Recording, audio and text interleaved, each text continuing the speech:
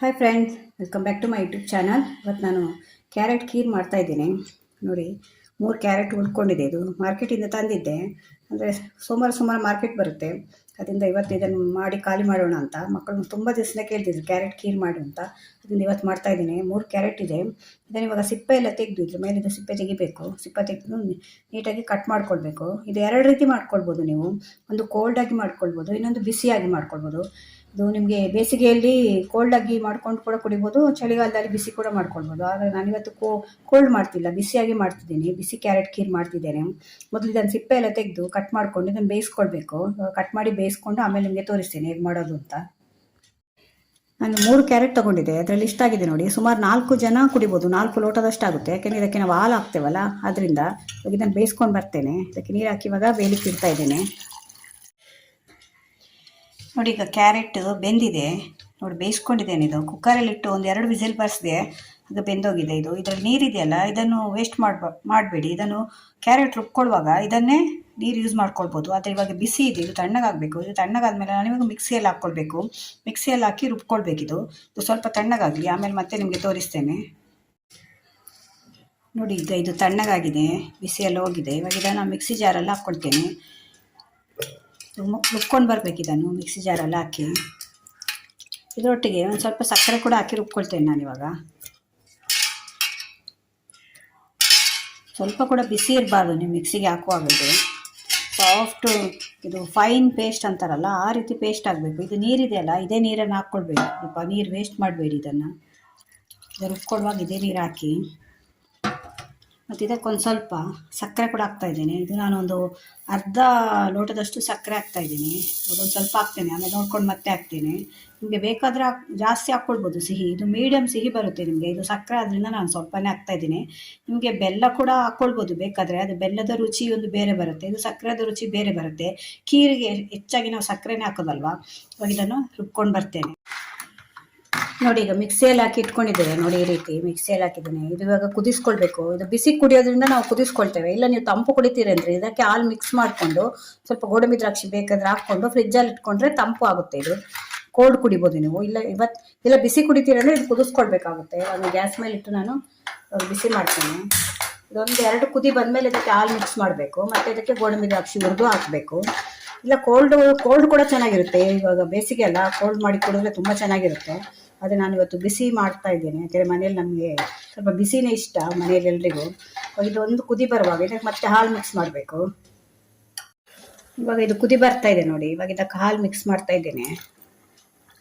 ನಿಮ್ಗೆ ಎಷ್ಟು ಹಾಲು ಬೇಕು ಅಷ್ಟು ನೋಡಿಕೊಂಡು, ನಿಮ್ಗೆ ಎಷ್ಟು ಇದು ಬೇಕು ಅಷ್ಟು ನೋಡ್ಕೊಂಡು ಹಾಕ್ಕೊಳ್ಬೇಕಾಗುತ್ತೆ. ನಿಮ್ಗೆ ಎಷ್ಟು ತೆಳು ಬೇಕು, ಎಷ್ಟು ದಪ್ಪ ಬೇಕು. ಇದು ಸ್ವಲ್ಪ ಖೀರ್ ಟೈಪ್ ಆದ್ದರಿಂದ ನಾವು ಇದನ್ನು ಸ್ವಲ್ಪ ನೀರಾಗೆ ಮಾಡ್ತಾ ಇದ್ದೇನೆ ನಾನು.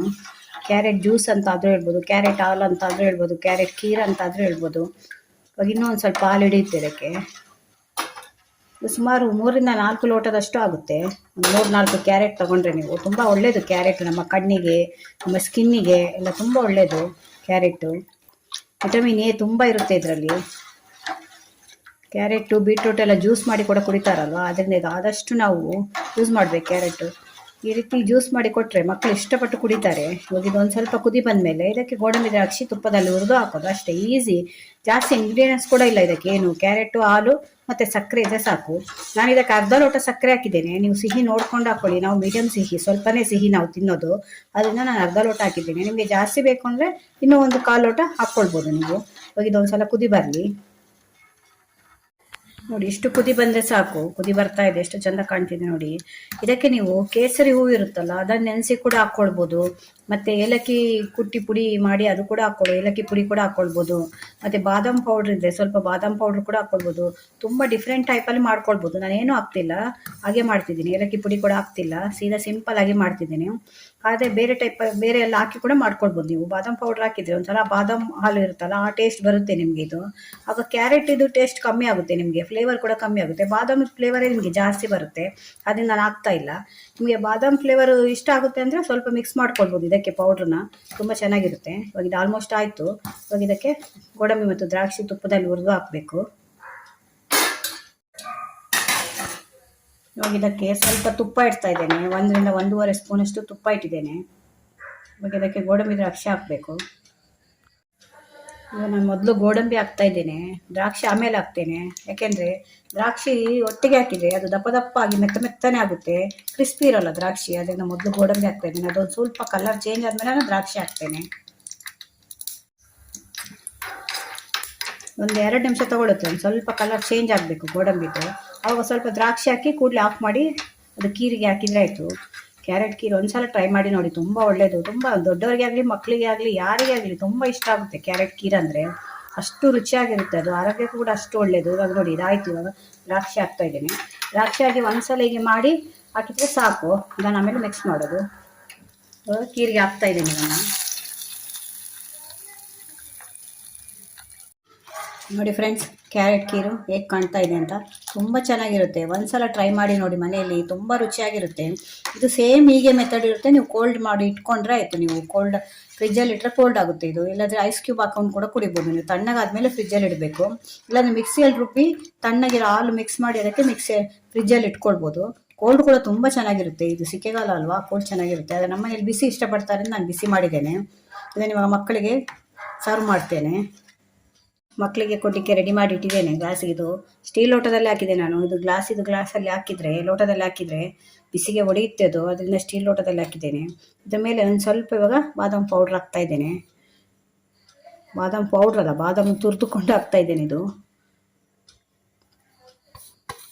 ನೀವು ಬೇಕಿದ್ರೆ ಬಾದಾಮನ್ನು ಅದಕ್ಕೂ ಕೂಡ ಹಾಕ್ಕೊಳ್ಬೋದು. ಆದರೆ ಒಂದು ಸ್ವಲ್ಪ ಅದು ಗೋಡಂಬಿ ದ್ರಾಕ್ಷಿ ಅಷ್ಟು ಈಸಿಯಾಗಿ ಬಾಯಿಗೆಲ್ಲ ಸಿಗುತ್ತೆ ಅದು. ಅದರಿಂದ ನೀವು ಈ ರೀತಿ ತುರಿದು ಹಾಕ್ಕೊಳ್ಳಿ ಲಾಸ್ಟಲ್ಲಿ. ನೋಡಿ ಫ್ರೆಂಡ್ಸ್, ಕ್ಯಾರೆಟ್ ಕೀರು ಹೇಗೆ ಕಾಣ್ತಾ ಇದೆ ನೋಡಿದ್ರೇ ಕುಡಿಬೇಕು ಅನಿಸುತ್ತೆ, ಅಷ್ಟು ಚೆನ್ನಾಗಿರುತ್ತೆ. ಒಂದ್ಸಲ ಮನೆಯಲ್ಲಿ ಟ್ರೈ ಮಾಡಿರು. ತುಂಬ ರುಚಿ ಮತ್ತು ಆರೋಗ್ಯ ಎರಡೂ ಇದೆ ಇದರಲ್ಲಿ. ಅದರಲ್ಲೂ ಕ್ಯಾರೆಟ್ ಒಂದು ತುಂಬ ಒಳ್ಳೆಯದು. ಮಕ್ಕಳಿಗೆ ಕ್ಯಾರೆಟ್ ಎಲ್ಲ ಅಂದರೆ ತುಂಬ ಇಷ್ಟ. ಇದು ಸಿಹಿ ಕೂಡ ಅಷ್ಟೇ, ನೀವು ಮೀಡಿಯಮ್ ಸಿಹಿ ಹಾಕ್ಕೊಳ್ಳಿ, ಅದು ಕರೆಕ್ಟ್ ಆಗುತ್ತೆ. ನೀವು ಜಾಸ್ತಿ ಸಿಹಿ ಹಾಕಿದರೆ ಅದು ಕುಡಿಬೇಕು ಅಂತ ಅನ್ಸಲ್ಲ ನಮಗೆ. ಮೀಡಿಯಮ್ ಸಿಹಿ ಇದ್ದರೆ ತುಂಬ ಚೆನ್ನಾಗಿರುತ್ತೆ. ಒಂದ್ಸಲ ಟ್ರೈ ಮಾಡಿ ನೋಡಿ. ಹಾಲು ಹಾಕಿ ಮಾಡೋದು ಇದು ಕ್ಯಾರೆಟ್ ಕೀರು. ಸಕ್ಕರೆ, ಹಾಲು ಮತ್ತು ಕ್ಯಾರೆಟು, ಗೋಡಂಬಿ ದ್ರಾಕ್ಷಿ ಅಷ್ಟೇ. ಇನ್ನೇನು ಇದಕ್ಕೆ ಹೆಚ್ಚಿನ ಇಂಗ್ರೀಡಿಯೆಂಟ್ಸ್ ಕೂಡ ಬೇಡ ಮತ್ತು ಹೆಚ್ಚಿನ ಕೆಲಸ ಕೂಡ ಇಲ್ಲ, ಈಸಿಯಾಗಿ ಆಗೋಗುತ್ತೆ.